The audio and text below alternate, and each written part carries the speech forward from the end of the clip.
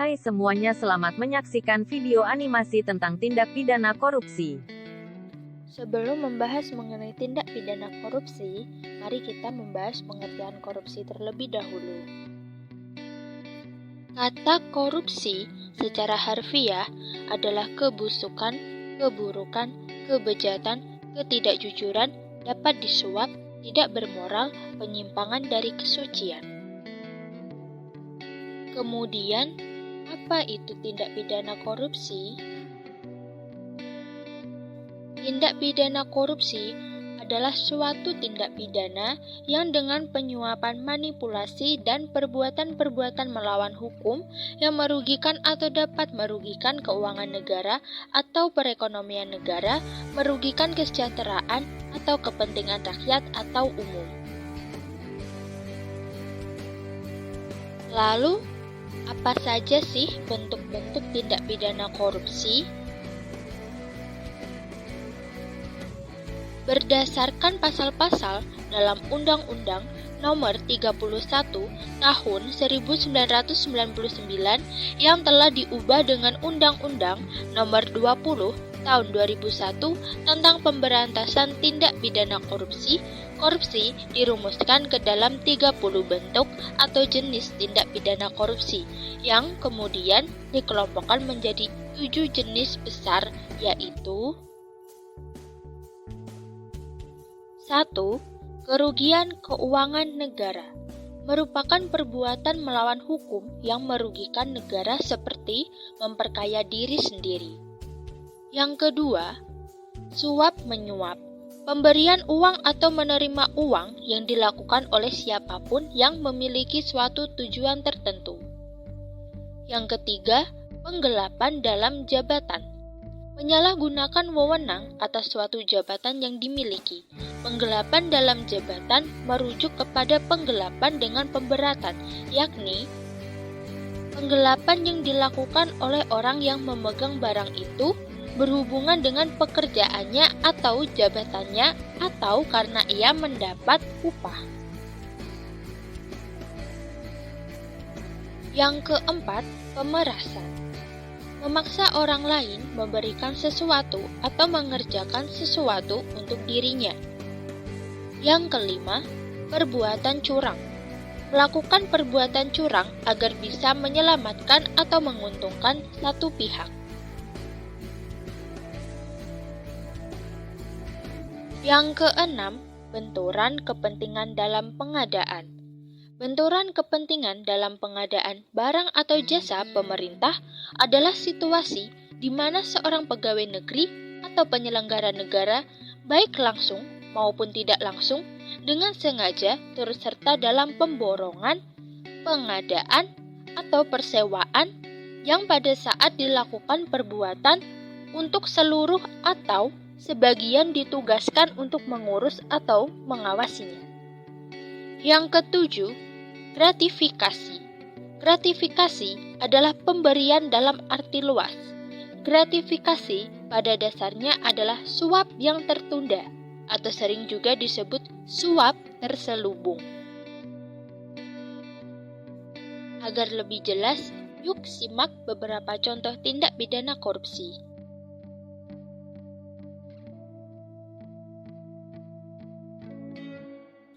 Contoh yang pertama, mengambil keuntungan dari pembayaran pajak. Misalkan, pembayaran sekian dibayar sekian. Contoh yang kedua, adanya seorang pejabat negara yang mempunyai posisi jabatan tinggi, kemudian memberikan suap-menyuap kepada hakim, pengacara, atau advokat. Contoh yang ketiga, pegawai negeri menyalahgunakan uang atau membiarkan penyalahgunaan uang yang ditugaskan untuk menjalankan suatu jabatan umum secara terus-menerus atau untuk sementara. Apa sih akibat dari tindak pidana korupsi?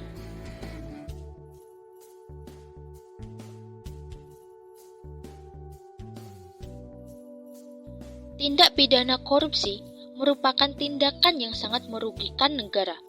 Tindak pidana korupsi mengakibatkan melambatnya pertumbuhan ekonomi negara, menurunnya investasi, meningkatnya kemiskinan, serta meningkatnya ketimpangan pendapat. Kemudian, langkah-langkah apa saja untuk memberantas korupsi?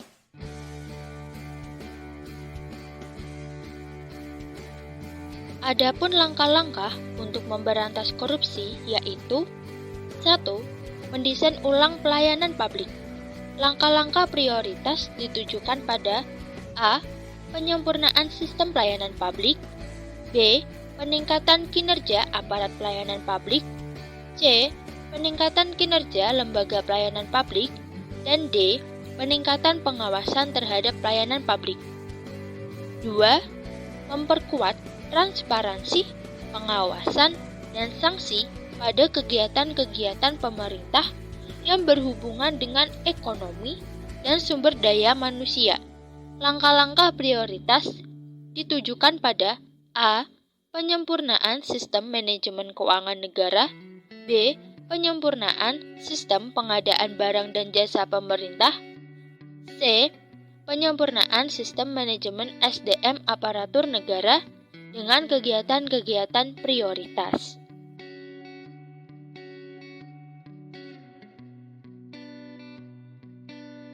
Tiga, meningkatkan pemberdayaan perangkat-perangkat pendukung dalam pencegahan korupsi. Langkah-langkah prioritas ditujukan pada A.